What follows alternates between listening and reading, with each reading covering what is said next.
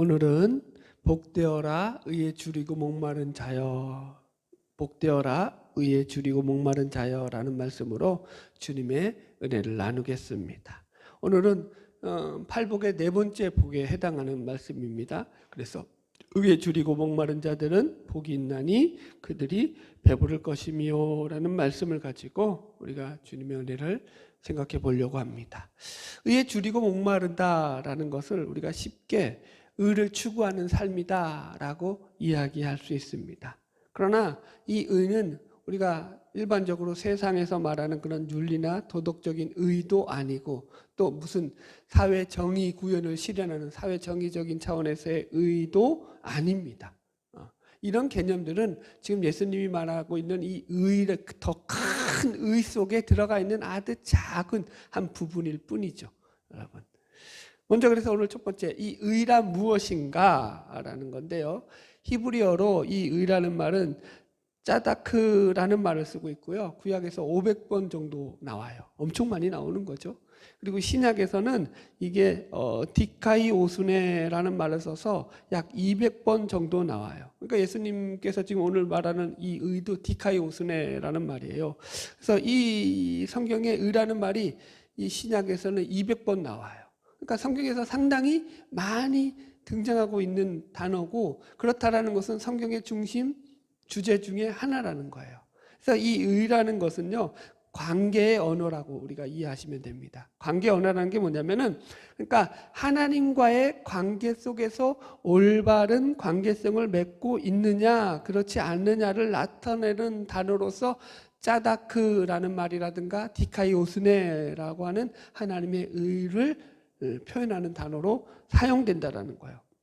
그래서 이 의라는 것은 성경에서 기본적으로 하나님의 의라고 말할 수 있습니다. 이 의는 시작도 근거도 또 기준도 다 하나님이십니다. 우리가 무엇이 옳다 아니다 라고 말한다고 해서 그것이 의가 되거나 아니거나 할 수가 없다라는 거예요. 이 의는 그래서 우리에게는 없는 의라고요. 누구에게 있는? 하나님께서 가지신, 하나님만이 가지고 있는 하나님의 속성 가운데 있는 의라고요. 네, 여러분. 마태복음 그래서 5장 20절에도 보면은 내가 너희에게 이르노니 너희 의가 서기관과 바리새인보다 더 낫지 못하면 결코 천국에 들어가지 못하리라. 예수님이 이렇게 말씀하시잖아요. 여기서 예수님께서 말씀하실 때 여기에 나오는 천국에 들어갈 수 있는 의로서 이 의는 너희의 의가 서기관과 바리새인들보다 더 나은 의다라고 표현할 때 하는 이 의는 무슨 말이냐면은, 그러니까 너희들의 노력이나 행동으로 만들어내는 의보다는 나은 의로서 전적인 하나님의 은혜로 주어진 의여야만 한다라는 것입니다. 제가 말씀을 준비하면서 여러 목사님들이 오늘 본문에 나오는 이 의, 디카이오스네라는 말을 갖다가 어떻게 정의하셨는지를 몇 가지로 정리해 보았습니다. 몇 가지 읽어드릴게요. 이 디카이오스네를 어떤 목사님은 하나님과의 바른 관계다, 하나님과의 좋은 관계다 이렇게 이야기하시고요. 우리 안에 하나님의 뜻과 그 나라가 이루어진 상태다. 또 가난한 심령 가운데 부유한 하나님 나라가 임하는 것이다. 죄로 애통하는 자에게 하나님의 용서와 긍휼과 은혜가 임하는 것이다. 하나님의 뜻에 부합되는 모든 것이다. 하나님 자신, 하나님의 생각, 하나님의 계획, 하나님의 행위, 하나님의 법이 바로 의다. 뭐 이런 식의 정의들을 하셨어요. 그러니까 정리하다 보니까 이런 거예요. 그러니까 하나님의 의라는 것은 하나님 나라와 하나님의 뜻과 하나님의 생각, 하나님의 계획, 아니면 하나님의 어떤 섭리와 하나님의 말씀, 하나님의 법들, 이런 것들과 연결되어져서 하나님과 바른 관계성을 맺고 있는 것. 여러분, 한마디로 하나님과의 바른 관계를 맺음으로 해서 우리에게 하나님 나라가 실현되고 성취되는 것이라고요. 두 번째, 그럼 이 의는 어떤 의냐? 하나님이 주시는 의라는 거예요. 우리가 만들어내는 의가 아니다라는 거예요. 오늘 말씀의 핵심입니다, 이것이.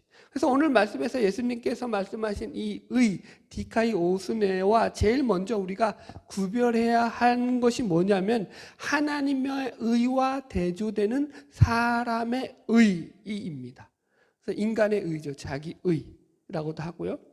이사야서 64장 6절에 이런 말씀이 나옵니다. 무릇 우리는 다 부정한 자 같아서 우리의 의는 다 더러운 옷 같으며 우리는 다 잎사귀 같이 시들므로 우리의 죄악이 바람같이 우리를 몰아가나이다. 우리는 다 부정한 자 같아서 우리의 의는 다 더러운 옷 같다라고 이야기해요.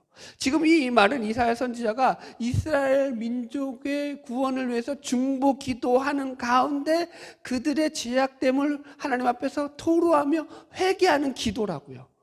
그 기도 가운데 고백이 뭐냐면 이스라엘 백성의 영적 상태를 묘사할 때에 그들을 향해서 우리의 의, 사람의 의는 어떤가요? 더러운 옷 같다, 넝마 쪼거리 같다라는 거예요. 입을 수도 없다라는 거예요. 더러워서. 여러분, 똥이 묻어있는데 그 옷 입겠어요? 못 입죠? 그러니까 자신들의 가진 의로는 진정한 의가 하나도 없다라는 거죠. 우리의 죄악이 바람같이 우리를 몰아간다. 그러니까 우리는 천상 죄악된 인간이라서 그 죄로부터 벗어날 길이 없다. 죄가 조금만 우리에게 불어닥쳐와도 우리는 그 바람에 쉽게 쓸려 넘어지고 마는 그런 약한 존재다라는 것을 회개하고 고백하는 거예요. 로마서에서는 그래서 바울이 인간의 이 의를 이렇게 말하고 있죠. 로마서 3장 10절. 우리를 찾을 수 있죠. 로마서는 찾아봅시다. 로마서 3장 10절입니다.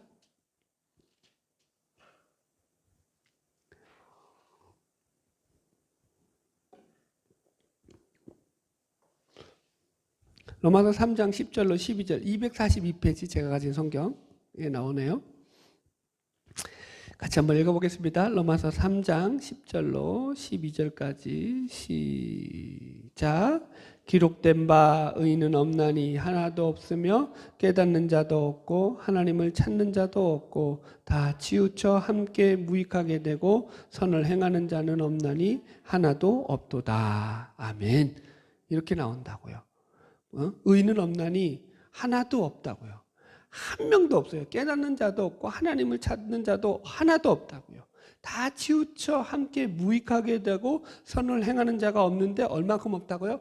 한 명도 없다고요. 이게 포인트라고요. 우리 인간 속에서는요, 하나님께서 요구하시는 이 하나님의 의를 생산해내거나 만들어낼 수 있는 이런 요소가 0.000000001%라도 존재하고 있지 않다. 제로다. 이 얘기예요. 여러분. 그래서 의에 줄이고 목마르다라는 것은 자기 안에 이 의를 만들어내는 재료나 원소 같은 것이 전혀 존재하지 않는 것을 자각한 자들의 삶 속에서 터져나오는 탄식이고 고백이어야 한다라는 거예요. 여러분, 성경에서는 분명히 하나님 없이 스스로 의로울 수 있는 인간은 단 한 명도 없다라고 선언하고 있습니다. 그 안에 하나님이 없으면 이 인간의 이 의를 가지고 하나님을 인식할 수도 없을 뿐만 아니라 하나님의 의를 추구하면서 살아갈 수 있는 자는 한 명도 없다라는 거예요. 그래서 성경이 고발하는 것이 뭔가 하면 하나님 없이 하나님을 외면하면서 살아가는 인간들이 추구했던 삶이 뭐냐면 자기의, 인간의 의를 추구하면서 살 수밖에 없었다라고요. 그거죠. 그리고 인간의 의를 추구하면서 살다 보니까 인간의 의를 추구하면서 사는 그 결론이 뭘로 나왔다고요? 예수 그리스도, 하나님을 십자가에 못 박아 죽이는 결과를 가져왔다라는 거예요. 인간의 의의 최종적인 결론이 뭐라고요? 하나님을 죽였다라는 거예요. 그래서 성경은 분명히 이 하나님의 의와 인간의 의를 구별할 뿐만 아니라 이 인간의 의, 자기 우를 추구하는 그 삶을 가장 불신앙적인 삶이고 하나님을 대적하는 삶이요 하나님께 복종하지 않는 삶이다라고 정의합니다. 놀랍지요? 여러분들 여기서 놀라워야 돼요.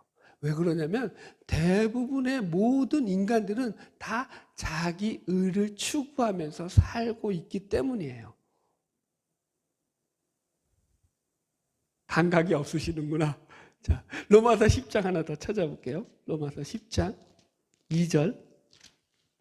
로마서 10장 2절 3절.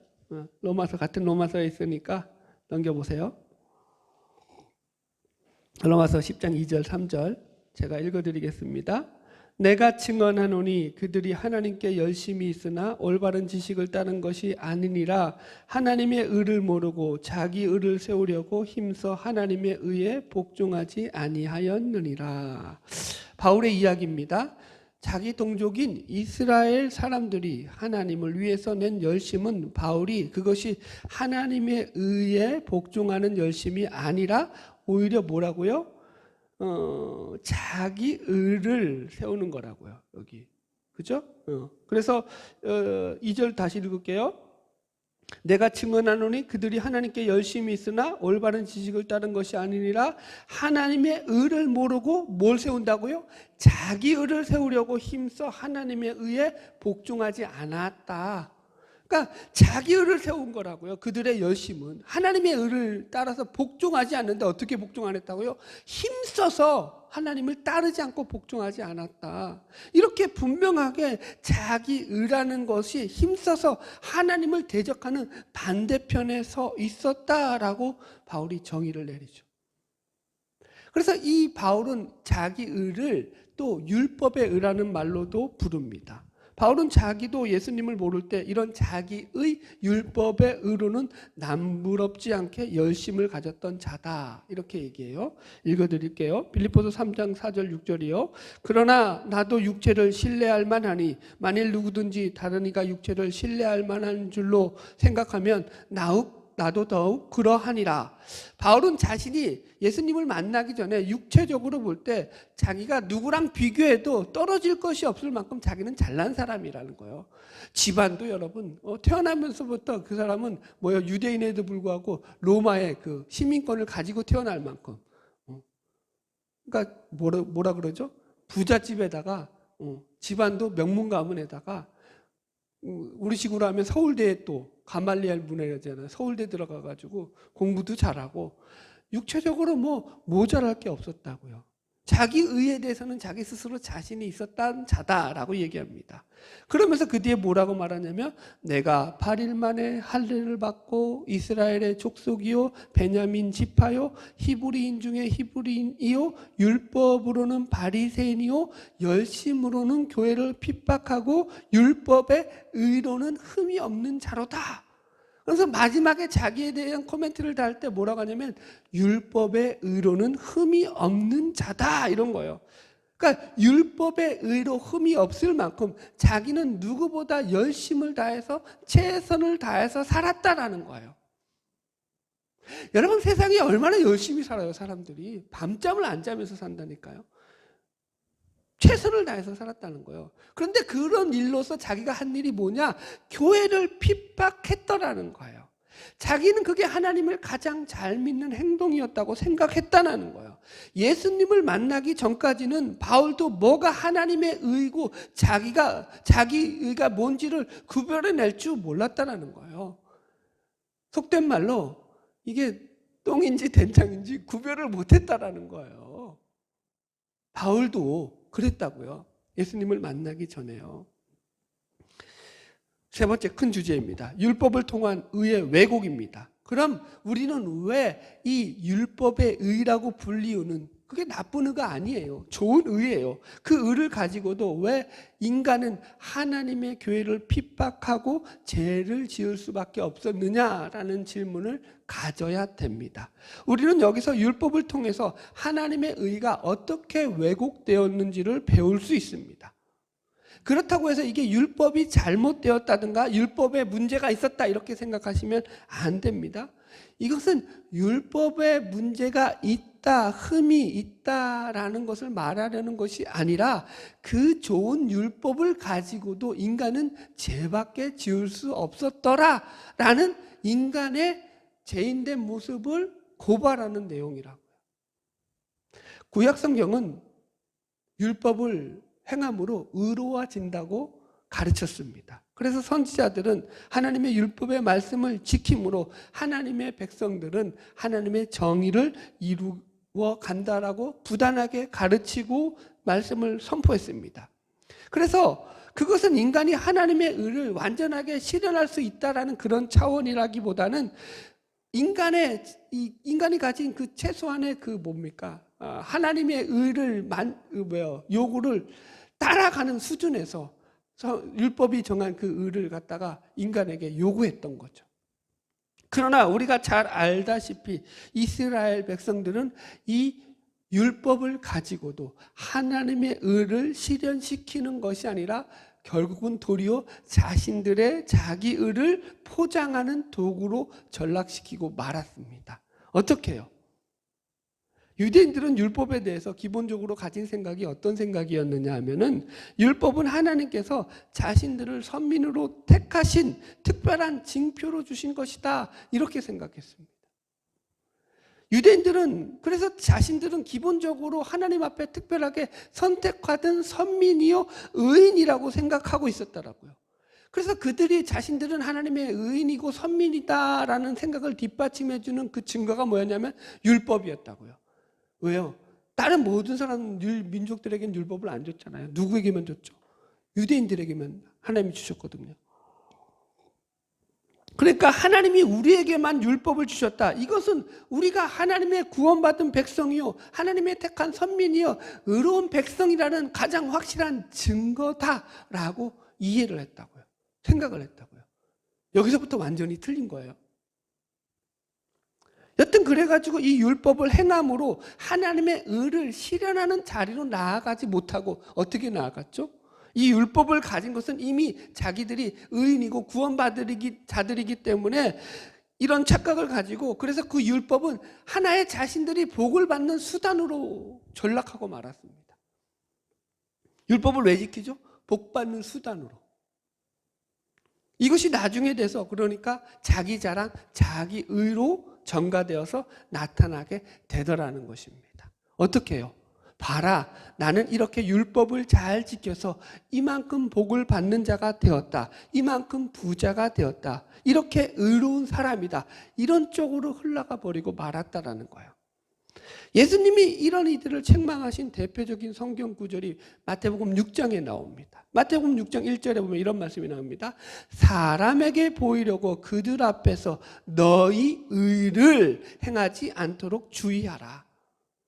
누구 의라고요? 너희 의, 사람 앞에 보이는 의, 자기 의. 그렇지 아니하면 하늘에 계신 너희 아버지께 상을 받지 못하느니라. 그래서 인간들이 가지고 있는 이 자기 의에 대한 하나님의 경고의 심판의 말씀으로서 하시는 내용줄이 뭐냐면 세 가지 비유를 들죠. 구제와 기도와 금식. 여러분, 구제와 기도와 금식은 신앙 행위 속에서 우리 신자들이 가장 의롭다고 행할 수 있는 그런 신앙 행위들이라고요. 이해하시죠? 가장 신자의 신자됨을 표현하는 그런 하나님 앞에 그 신앙 모습이 뭐냐면 기도예요. 구제하는 일이에요. 또 더 안 되면 금식하면서 이렇게 매달리는 거죠, 여러분. 그런데 성경은, 예수님은 뭐예요? 너희들은 얼마든지 그 좋은 구제와 기도와 금식 가지고도 뭐를 한다고요? 니들의 의밖에 세울 줄 모르는 그런 저질들이다 라고 예수님이 경고하고 책망하신다고요. 누가복음 18장 9절, 또 자기를 의롭다고 믿고 다른 사람을 멸시하는 자들에게 이 비유로 말씀하시되, 여기서도 예수님께서 바리새인과 세리의 기도를 비교하실 때에 바리새인의 기도를 가지고 뭐라고 책망하시면서 말하냐면 자기를 의롭다고 믿고 다른 사람을 멸시하는 자에 대하여서 비유로 말씀하신다고요. 자기를 어떻게 했다고요? 자기를 의롭다고 여긴다고요. 그게 그 당시 모든 종교인들, 바리새인들의 신앙이었다고요. 하나님을 잘 믿는다고 생각하는 신앙이 뭐였다고요? 자기 의를 세우는 거였다고요. 그런데 문제는 뭐예요? 그들이 자기가 그렇게 사는데 그것이 그렇게 사는 것인지조차 인식을 못했다라는 거예요. 이게 문제라니까요. 여러분? 여러분 그렇다고 오해하지 마시기 바라요. 아이, 그러니까 이젠 다 기도도 구제도 금식도 뭐 필요 없어. 이거 아니에요. 여러분 말씀 또 전혀 거꾸로 들으시는 거예요. 여러분 말씀의 핵심은 인간이 자기의 의를 내세우려는 이 교만함과 제약됨에 대한 책망의 말씀으로서 기도와 구제와 금식이 등장한 거지, 기도하지 말아라, 구제하지 말아라, 금식하지 말아라 이 얘기가 아니에요. 우리는 더 열심히 기도해야 될 줄로 믿습니다. 구제해야 될 줄로 믿습니다.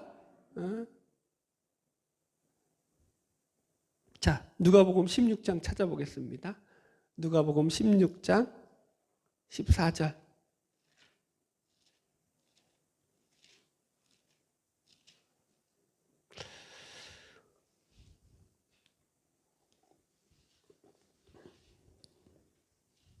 누가복음 16장 14절 123페이지 신약 성경. 네. 같이 읽읍시다. 시작. 바리새인들은 돈을 좋아하는 자들이라 이 모든 것을 듣고 비웃거늘. 예수님께서 지금 이 말씀은 그 앞에 불의한 청지기에 대한 말씀을 하시면서 집에 하인이 두 주인을 섬길 수 없듯이 너희들이 하나님과 재물을 겸하여 섬길 수 없다라고 이런 말씀을 하시고 난 다음에 나타난 바리새인들의 반응입니다. 예수님 당시의 바리새인들은 한 6,000명 정도 되었어요. 그리고 실제로 그렇게 많은 숫자도 아니었을 뿐만 아니라 이 유대인들이 중에서 바리새인 되는 것은 엄청 명예로운 그런 일들이에요, 여러분들. 뭐 오늘날도 예를 들어서 뭐 이게 비유가 좀 우습긴 하지만은 목사가 되려면 여러분 그냥 되는 게 아니에요. 쉽지 않아요. 뭐 신학대학을 일단 4년대를 나와야 되죠. 그리고 이제는 대학원까지 나와야 돼요. 그러니까 총 6년의 신학을 공부를 해야 돼요. 6년에서 7년 과정의 신학을 공부하고 대학원을 나오고 그리고 목회를 나가야 돼요. 임지에서. 그래서 거기 목회 속에서도 우리 감리교는 최소한 3년 이상을 이제 설이 준회원의 과정을 거치면서 목사가 되기 위한 뭐예요? 그 과정과 자격고시를 매해마다 각각 연회에서 심사를 받아야 돼요. 목사님들 앞에서. 그리고 나서 이 사람이 무음하다 하면 그 과정과 자격고시가 통과되고 난 뒤에 목사가 되는 거예요. 그러니까 쉽지 않죠, 여러분.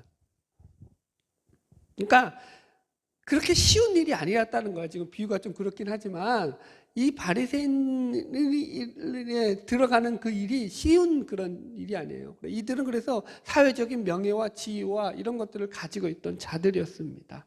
그런데 지금 예수님께서는 이들 향해 대해서 돈을 좋아함으로 예수님을 비웃었다 이렇게 지금 성경이 표현하고 있다고요. 자, 예수님께서 뭐라고 말하는지 봅시다. 15절 시작. 예수께서 이르시되 너희는 사람 앞에서 스스로 옳다 하는 자들이나, 보세요. 뭐라고 표현하고 있다고요? 사람 앞에서 너희들은 스스로 옳다 하는 자들, 우리식으로 하면 자기 의를 구하는 자들이라는 거예요. 그래서 너희 마음을 하나님께서 아시나니 사람 중에 높임을 받는 그것은 하나님 앞에 미움을 받는 것이니라. 분명하죠? 계속 뭘 지적하고 있죠?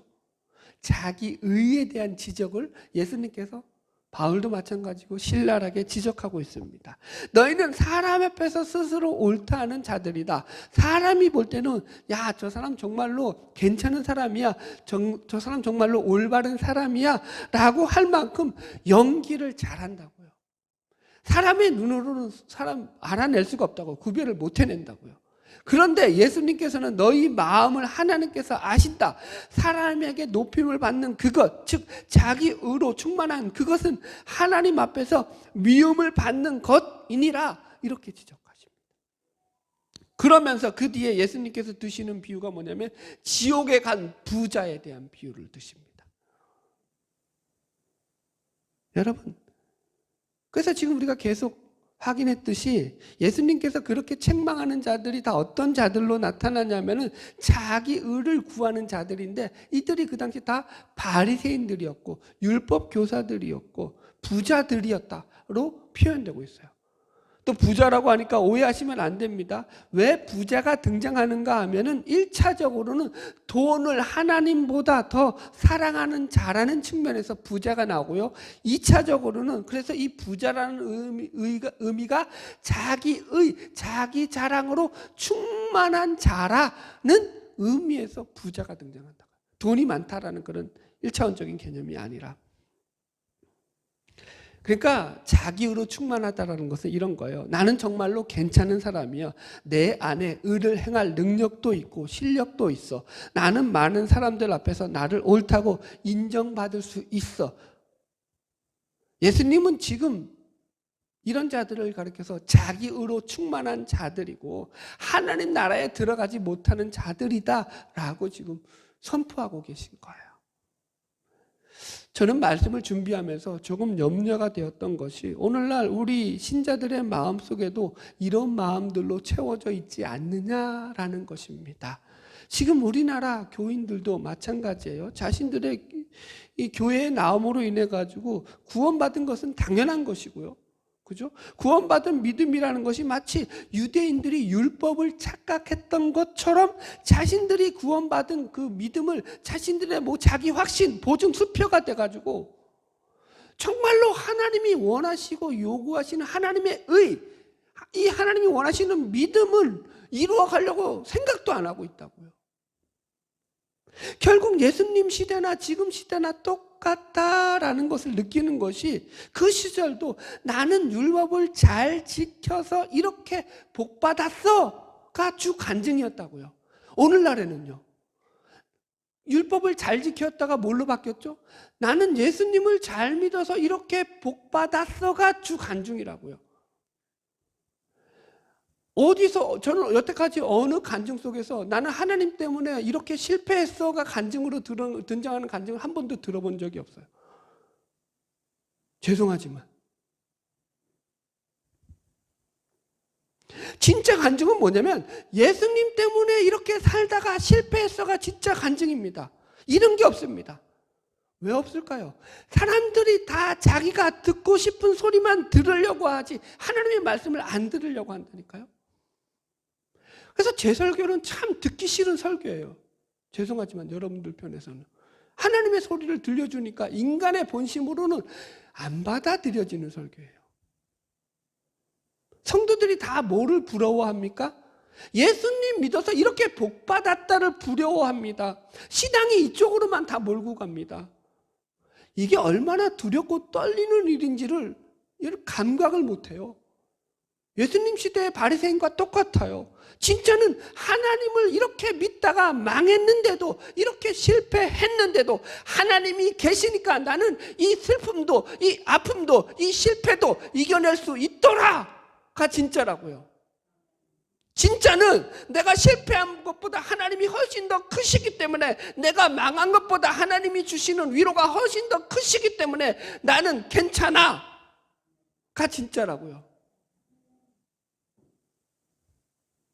다 예수 믿어서 복만 받아서 어쩌자는 거예요 도대체.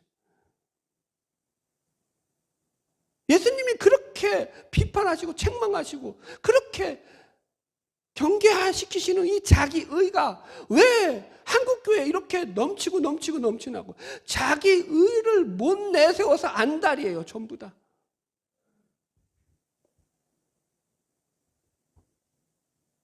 제가 간곡히 부탁드립니다. 여러분 내가 자기의를 가지고 신앙생활을 하고 있는지 매일매일 점검하셔야 됩니다.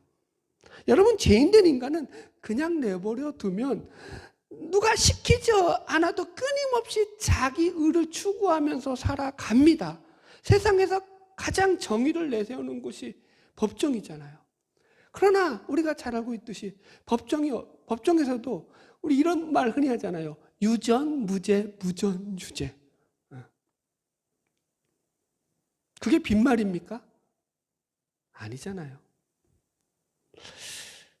27세에 하버드 대학의 정치철학 교수가 된 마이클 샌델이라는 사람이 쓴 영어 제목으로 Justice, 정의라는 것이고 우리나라 책으로는 정의란 무엇인가라는 책이 있습니다. 이게 이제 세계적으로도 베스트셀러고 우리나라에서도 베스트셀러였고 정의에 대해서 심도 있게 다룬 책입니다. 그래서 이 책을 보면 이 샌델은 정의의 문제를 옳고 그름의 문제, 공리와 복지의 문제, 자유의 존중, 미덕의 문제, 소유와 분배의 문제 등 다방면에 걸쳐서 인류가 가지고 있는 여러 가지 질문들을 던지면서 현대 사회에서 과연 정의가 무엇인지를 나름대로 근접하게 접근해 갑니다. 그러나 결론에 가서는 이 정의들에 가서도 그 단점들에 대한 것들을 결론으로 내놓습니다.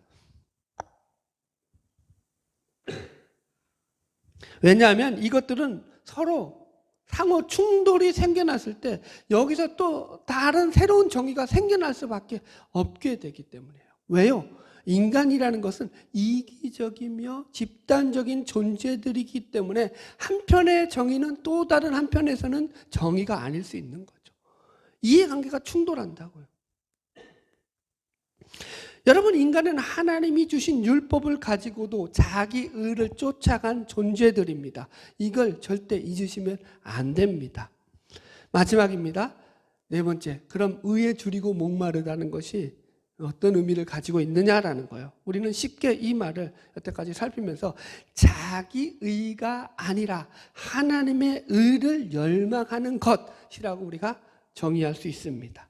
여기서 줄이고 목마르다는 것은 우리에게 그것이 필요함을 아주 절실하게 의식하는 것입니다.